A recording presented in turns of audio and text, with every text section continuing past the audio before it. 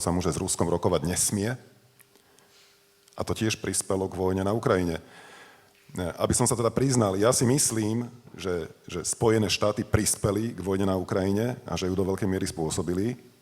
A podľa toho, čo tvrdíš ty, to znamená, že ja šírim kremelskú propagandu. A toto si samozrejme vyprosujem, lebo ja kremelskú propagandu nešírim. Ja dodnes netuším, kde je ruská ambasáda v Bratislave, na rozdiel od mnohých redaktorov denníka N, ktorí sa výborne orientujú na americkej ambasáde.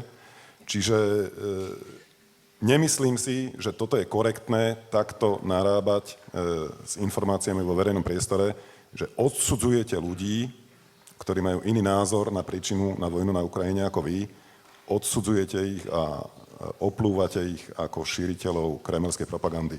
To jednoducho nie je pravda a prispieva to k polarizácii spoločnosti a prispieva to k nenávisti spoločnosti a prispieva to aj k tomu, čo tu kritizujeme a nad čím sa pohoršujeme, že ľudia sú rozdelení a nedokážu spolu komunikovať.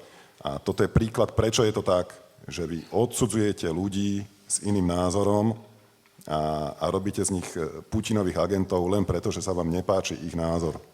Východ-západ. Východ znamená totalita, západ znamená demokracia. Veľmi to zjednodušujem teraz, áno?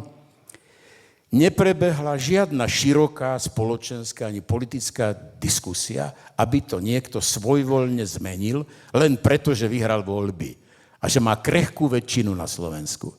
Čiže rozprávať dnes suverénna slovenská politika na 4 svetové strany, to si sprietol so zemepisom, ten, ktorý to tvrdí. Tam sú 4 svetové strany.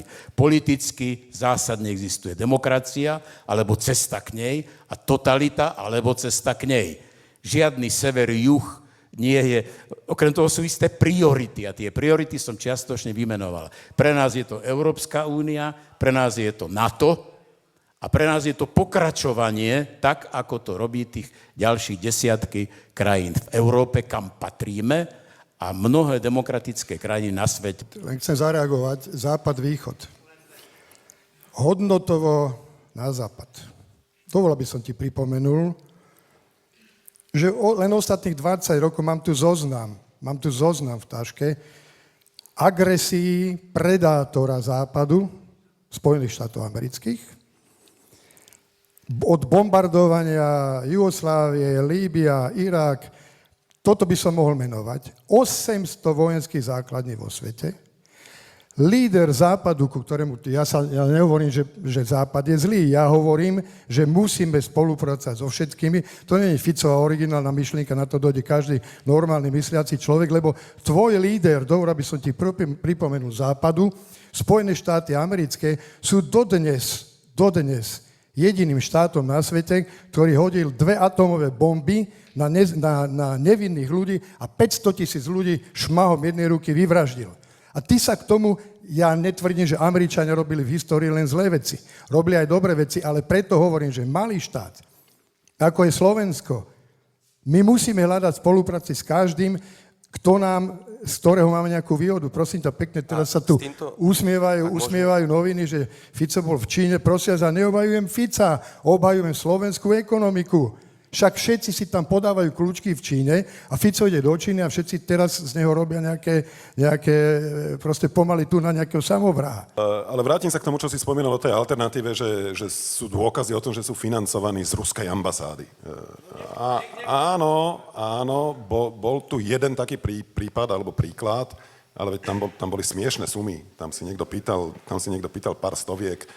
A na druhej strane je tu denník N, ktorý má zmluvu s americkou ambasádou o financovaní vašich projektov, konkrétne projektu Moniky Todovej, aj protikorupčného newsfiltra.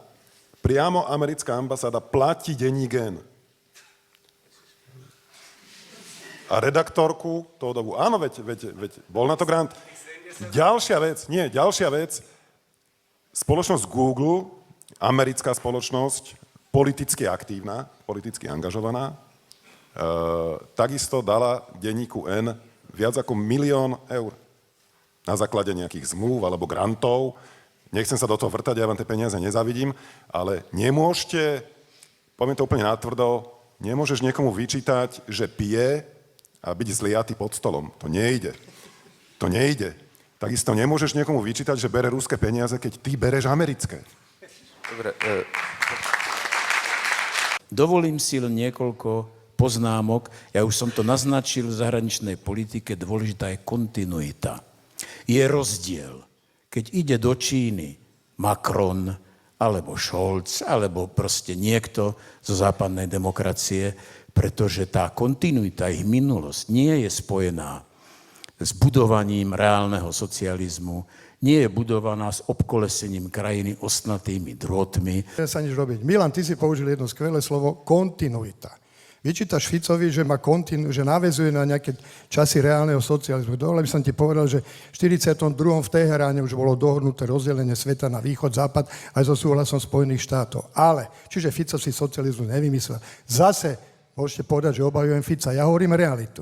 Ale keď si povedal kontinuitu a prečo naši ľudia, mladí ľudia odchádzajú na západ a nie na východ z materiálnych dôvodov, s tým súhlasím.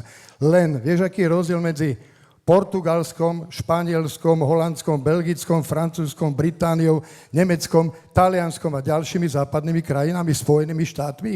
Že 200 rokov rabovali a kradli v Afrike a z toho vybudovali svoj materiálny blahobyt. Však Spojené štáty si tam navožili otrokov, ktorí tam na nich robili na bavlníkových plantážach. Prepáč, toto není hoax, to je realita. Čo sme my horší, ako sú oni na západe? Len my sme toľko nekradli, ako oni kradli. Celý koloniálny systém bolo praxprosté kradnutie a na tom si postavili svoje materiálne bohatstvo, za ktorým teraz tam ľudia utekajú.